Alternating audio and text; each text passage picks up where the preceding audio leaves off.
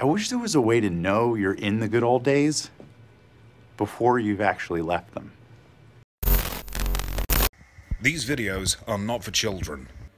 If you are a children, then piss off.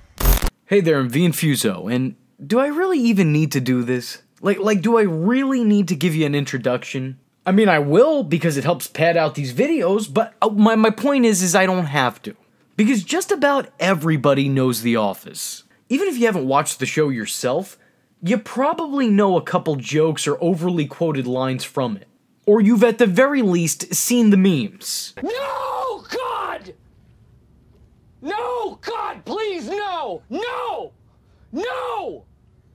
No! At least once a year, I like to bring in some of my Kevin's famous chili. If I can't scuba, then what's this all been about? What am I working toward? Identity theft is not a joke, Jim.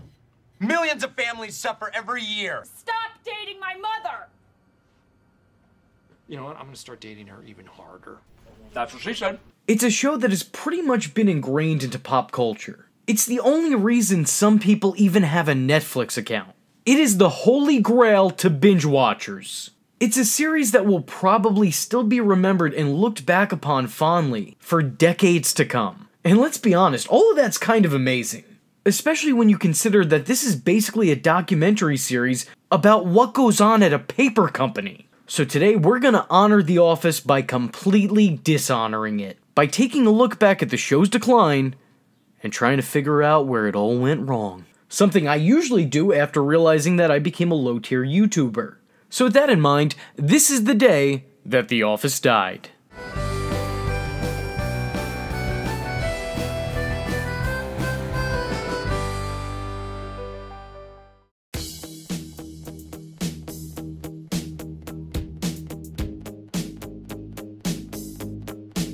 So this is something I don't hear brought up too often when talking about the show, but I absolutely hate what they did with Dwight Michael. And now some of you avid Office fans may still be scratching your heads going, what the hell is this kid talking about? So allow me to explain. Initially, when the show begins, we get the feeling that Dwight is a total suck-up to Michael. A complete ass-kiss.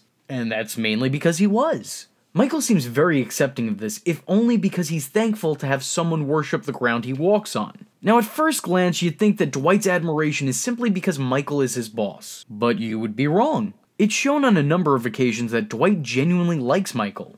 It's not a front, it's not an act. For one reason or another, Dwight thinks the world revolves around Michael, seeing him as an overall awesome human being. It's a very attached friendship. But somewhere down the line, the Dwight character somehow unflanderized himself. You see, if flanderization is breaking down a character to a minor quirk or trait, then shrewding, if you will, would be the exact opposite. You see, Dwight actually breaks his own mold and grows as a person. Suddenly the weird guy in the office who couldn't pick up on any social cues is oddly aware of both himself and his surroundings. So with this change, his love for Michael suddenly becomes conditional. Now he only on occasion sticks up or reinforces Michael Scott. And that's when he feels that it could be beneficial to him. His once pure idiocy is now replaced with an attempt to further advance his career. And when he's not acting like Michael's sidekick, he's going for his jugular. He's constantly blaming Michael for his own failures, constantly butting heads with the man he once almost aspired to be like. I've always disliked this change of pace,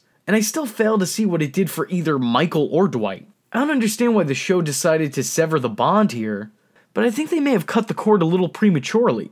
Even when Steve Carell left the show and his last episodes were spent bringing this up and trying to fix the situation, leaving on good terms with everybody, Dwight included, it still just didn't feel the same to me.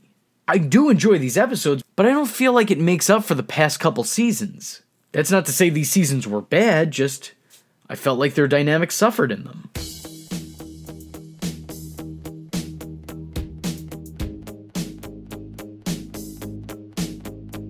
Let's be honest with each other here. When it comes to stories, the last couple seasons of this show has some stinkers. Pam questioning her almost picture-perfect relationship with Jim, and the show teasing a possible romance between her and a boom operator. Really? Really? The whole Kathy debacle. Really? Really? Really? Just, I don't, why would you even bother? Pam and Jim are happily married. They have a child together, and they share a connection unlike any other two characters on the show. Maybe any two characters in all of sitcoms. You can take your Ross and Rachels, and you can shove them. Jim and Pam? That's ideal. So bringing stories like this late in the series feels exceptionally forced. I can't get behind them. I mean, I understand the need to try and create drama, but I don't think they ever really did. I don't think there was a doubt in anybody's mind that Jim wouldn't cheat on Pam, and Pam wouldn't cheat on Jim, no matter how bad things got. Hell, Pam stayed with Roy for how many years, and that was the most awful relationship imaginable that you can get away with putting on a sitcom. I mean, there's definitely worse. Ike and Tina Turner come to mind.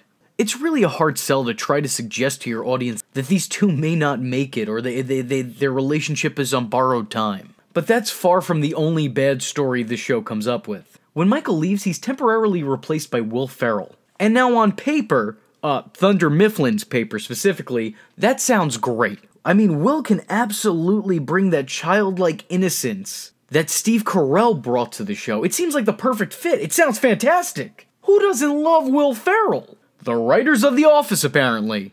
I've never in my 27 years of existence, disliked Will Ferrell outside of this one role he did on this show. And I've seen Bewitched. I don't want to harp on this for too long because he was only there for a short amount of time. But his character just seems all over the place. I feel like they didn't thoroughly think D'Angelo through.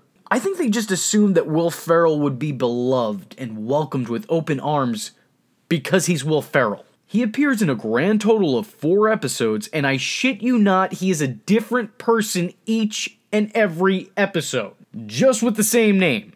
At first, he comes across like a Michael Scott type, but 1 episode later, he's shy and has stage fright. And then in this other episode, he's a sexist. And then he's a self-centered, ego-driven madman. It's entirely inconsistent. And truthfully, I just feel like this was a waste of Ferrell's time and talent. There's also a lot of Jim plots that just don't really hold up. They also don't really showcase him properly either, in my opinion. Jim becoming boss wasn't what I'd call a low point, but it definitely falls a little short of the mark. Watching him and Michael struggle to coexist as co-managers wasn't as enjoyable as the original dynamic between the two. Jim and Daryl suddenly working together in Philly also just, it's not bad. It just, I don't see purpose in it. And now I know how my parents feel about me. Again, these aren't awful, they're meh. Yeah, you know, alright, I guess that's happening. Okay.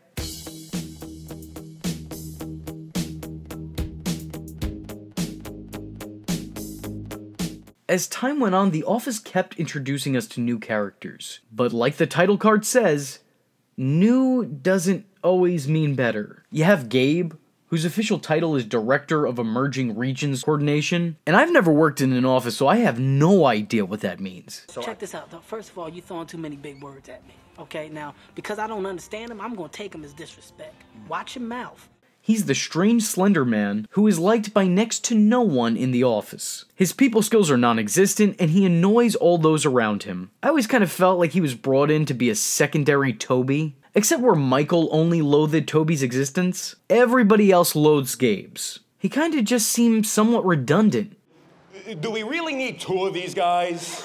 And more than redundant, he seemed a little irrelevant. Irrelevant? Nellie. Nellie is, Oh, Nellie.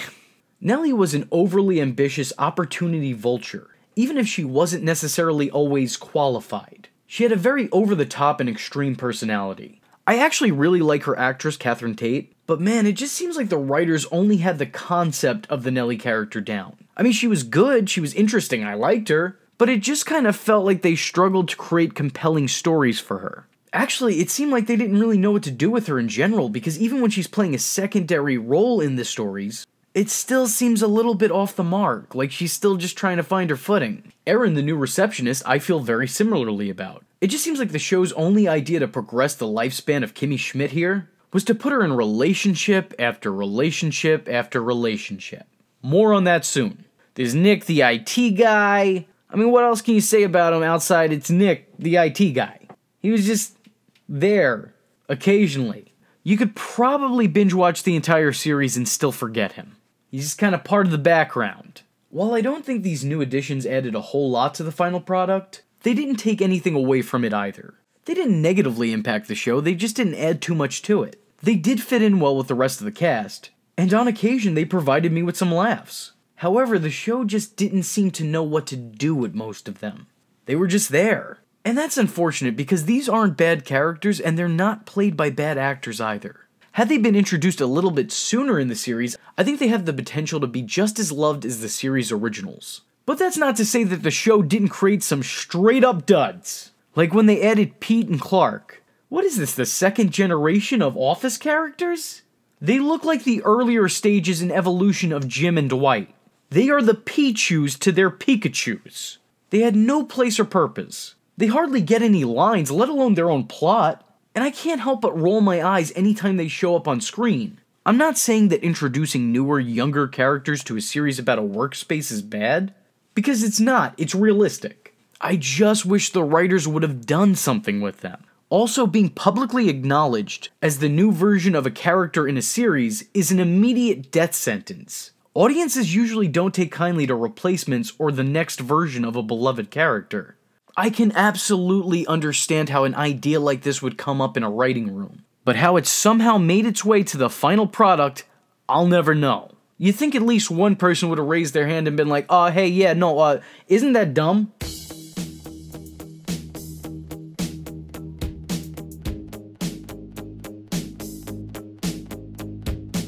For a show about the American workplace, there sure seemed to be a whole lot of time devoted to building and breaking down relationships. Look, all I'm saying is that if this was real life, Toby's hands would be cramped and he would have severe carpal tunnel with how many permission sheets he'd have to be filing.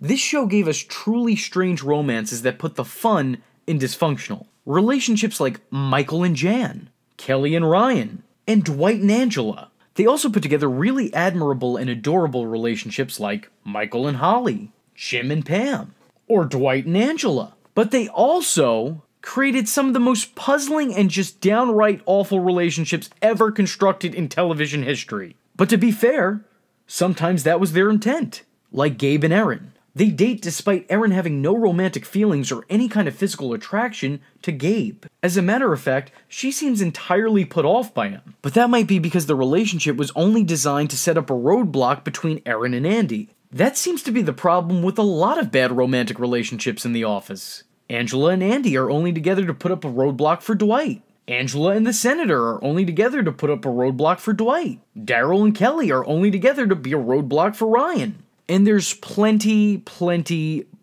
more examples of this. Though the other examples of this are significantly less bad, so not gonna mention them. Then there's relationships like Erin and the new guy Pete, who, like Gabe and Erin, have no chemistry whatsoever, hardly interacted, and yet when the show reaches its curtain call, they're still very much an item. I can't even say I hate them, I have no idea what this pairing even was. I don't have feelings on it. And to be honest, it's hard to believe that they have feelings for each other. Actually, you know, when it comes to Pete, it's hard to believe that he has feelings at all. The kid was a robot. They're so bland and tasteless. It's like the oatmeal of relationships. That's right. Somebody's finally putting the Quaker Oats guy in his place. He's had too good for too long, I'm just gonna say it. To be fair to the two, I think a big part of the reason they come off as so bland might be because of how many of their scenes wound up on the cutting room floor. As a matter of fact, this entire section in my video is made up entirely of their deleted scenes. And some of these are actually kinda cute. They definitely would have helped in establishing and solidifying what bond these two have together. But since they were not included in the show and they were instead used as special features, their chemistry is still lacking, and overall the couple just comes off as very Or how about when they made Toby obsessed with Nellie? Now why would you do that? 9 years and you made Toby a lovable, silent, but harmless weirdo, only to send him into creep territory as you're coming to the close.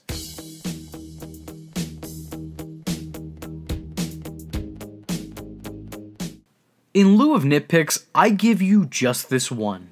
Jim is a kinda quirky everyman. He's constantly looking at the camera, reacting to whatever's happening. The Jim face is like when you're hanging out with your friends and then something stupid is said, and one of your friends looks at you like, hey, you hearing this shit? And I know this because I'm usually that friend. I just pass glances around the room and without even saying anything, my closest friends know exactly what it is I'm thinking. And most of the time, they're thinking it too. He was for the most part the only character who referenced the cameras outside of talking headshots. Jim's reactions were unique to him, until they weren't. I don't know when exactly it started, but around season 7, I started noticing everyone looking to the camera for unheard validation. I mean, yeah, it makes sense if they'd acknowledge the cameraman standing 4 feet in front of them. But I don't know, I just feel like it kind of takes a little bit away from Jim's Jimness, if you will.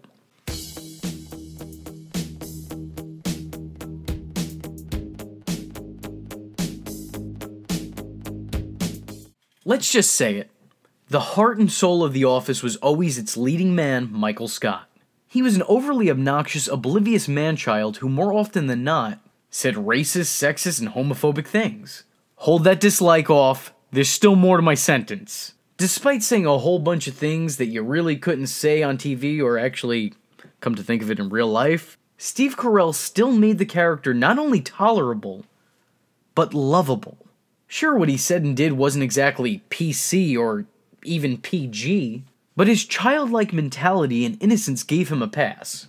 He wasn't hate-filled or malicious, he was just inept and socially unaware. While he wasn't exactly someone you'd invite to dinner to meet your family, he also wasn't someone you'd necessarily cut out of your life entirely. He was a major component, if not the major component, of what made this whole show work. So when he left, so did a lot of viewers. And so did some of the charm of the series' initial run. His absence is definitely felt. There's a certain foolish innocence and accidental charm that define the character in the series that's completely MIA. Sometimes the show could just feel a little bit empty. In the absence of Michael Scott, the show becomes desperate to throw more and more new characters in the mix in an attempt to keep interest. And hell, it even turns Andy into a surrogate Michael. Let me say, Andy's a great choice for the role. Both Steve Carell and Ed Helms have a very similar energy that they bring to the table. They both come off as innocent and incompetent. They're both often obnoxious loudmouths with hearts of gold and brains made of straw. But following Michael's heartbreaking and tear-wrenching departure, it seems like the writers didn't bother changing their old scripts. They just pulled up the file, backspaced on Michael, and wrote in Andy. Andy stops being a similar character to Michael, and just basically starts being Michael. His mannerisms completely change in an effort to make up for Steve Carell's absence. From annoying those who worked under him, to unintentionally mispronouncing words. And that's despite the fact that Andy went to Cornell. I guess that it's not extremely noticeable because, again, they were a lot alike to begin with, but it's just a little thing that bugs me when I'm rewatching.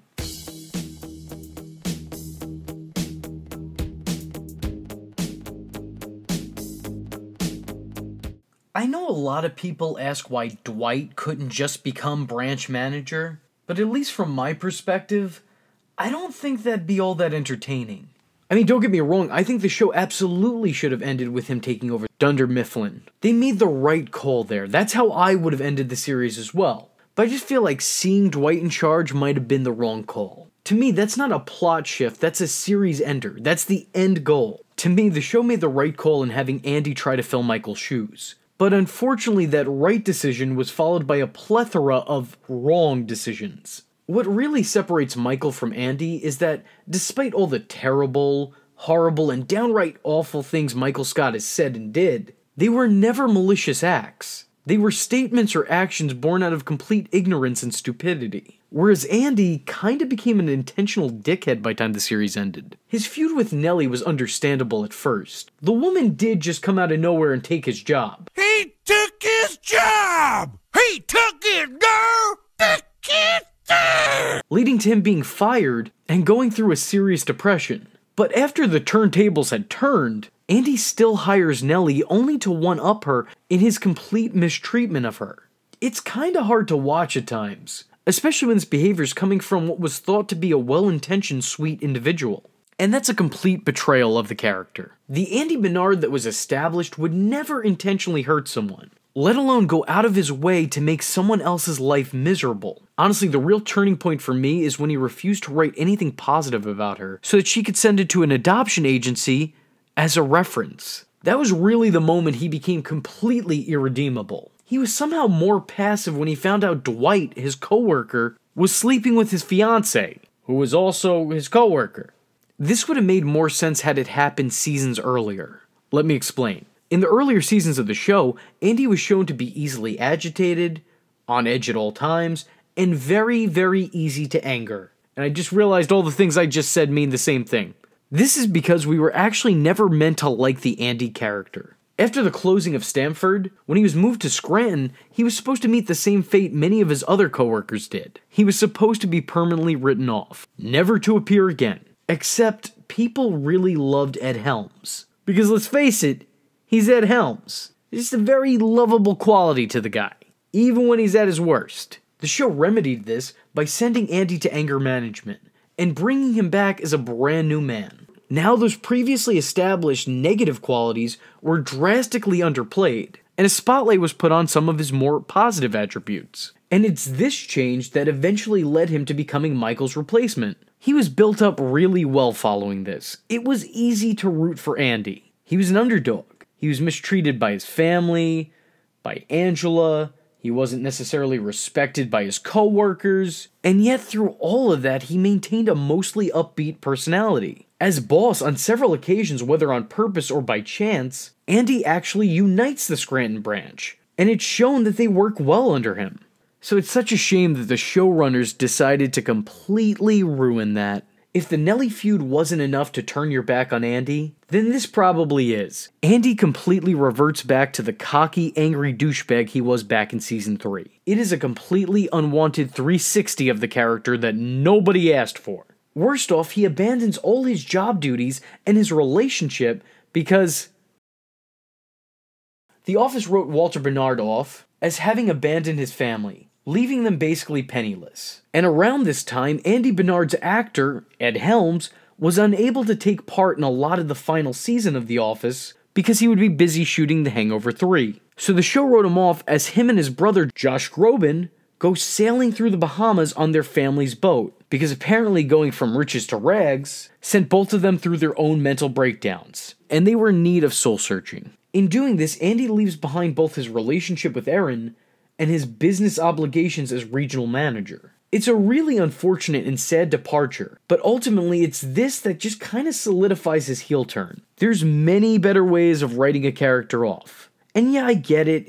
This is definitely something serious, and I could see a person going through a mental breakdown, but he just doesn't seem to care about anything or anybody else. And that is completely unlike the usually compassionate Andy. When he does come back, he kind of mistreats all those around him, including Erin. And after she tries to break up with him, he suggests that she stay with him and just fake loving him. He even sort of abuses his authority a couple times. He comes back, he gets short with his workers, and this is despite basically having just took a 3-month vacation. When it's revealed that Pete and Erin are dating, he tries to fire him. And when he can't, he instead hires both Pete and Erin's exes to try to make things uncomfortable for them. This irrational, manipulative behavior is so night and day from the character that was given Michael Scott's spot. Then he eventually quits his own job by shitting on David Wallace's car so that he could pursue his dreams of becoming an actor, which in the end doesn't work out so well for him.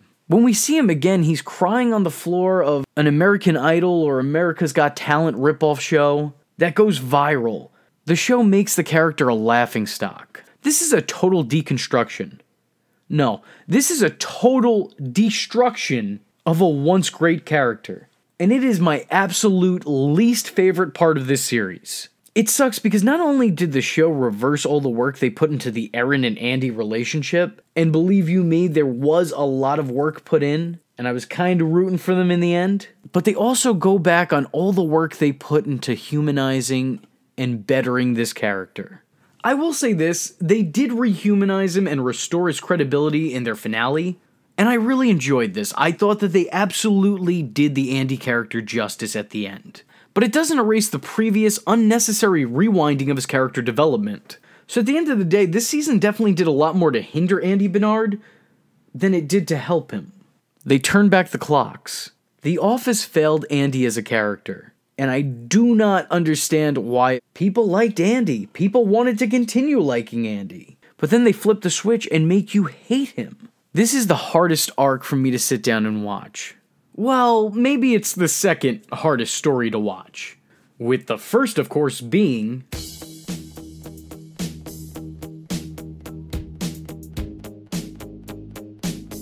I know I've already briefly went over the Kathy and boom operator obstacles they threw in front of Jim and Pam, but now I want to single out their marital problems in the final season. Now, I know what I'm going to get in the comments section, because it's the same thing I get anytime someone doesn't agree with me and my opinion on somebody's TV show. And it's something along the lines of, well, I thought it was realistic, because that kind of thing happens in real life. Not everyone's going to get a happily ever after, grow up. I get it. Truly, I do. But just because something can happen in real life, doesn't mean it should happen in your work of fiction. Yes, married couples fight. Married couples argue. Married couples sometimes grow apart over time. Married couples have marital problems. That's everyday life. That's reality. Even Romeo and Juliet killed themselves before they could wind up together. This is real. This is real life we're talking about. And that is exactly why it doesn't work in The Office. Allow me to explain. The Office, as you may know, is actually an American remake of the British TV series. A series titled, you guessed it, The Office. And that office is a hell of a lot different than this office. You see, the UK Office was much more grounded in reality. The show creators would often cut scenes out, no matter how comedic, if they felt it didn't seem real. Their approach to the whole documentary framework they created was to treat it as such. In their own words, they wanted their series to feel like it could very well be real. Real people, real situations, realism. The people are real. The cases are real. This is The Office. The American Office tried this approach as well, and it failed miserably in doing so. Like, it was bad. It was real bad. The first season of The Office might be one of the hardest to watch, especially if you're used to or have grown fond of the show after its tone was properly established. The UK Office was a show dedicated to holding up a mirror to existence, while the US Office was meant to take your mind off it. The US Office became a very feel-good show, and this didn't feel very good. Yes, there was relationship drama before this.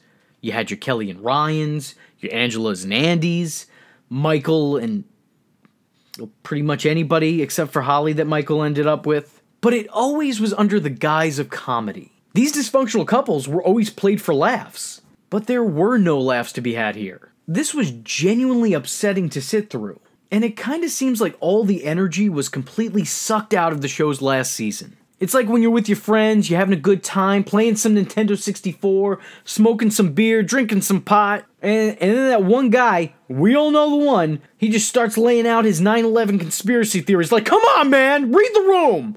You're killing the vibe! Who keeps inviting this guy? Don't be a dick. It was a bad call, and I don't think too many people would actually argue this.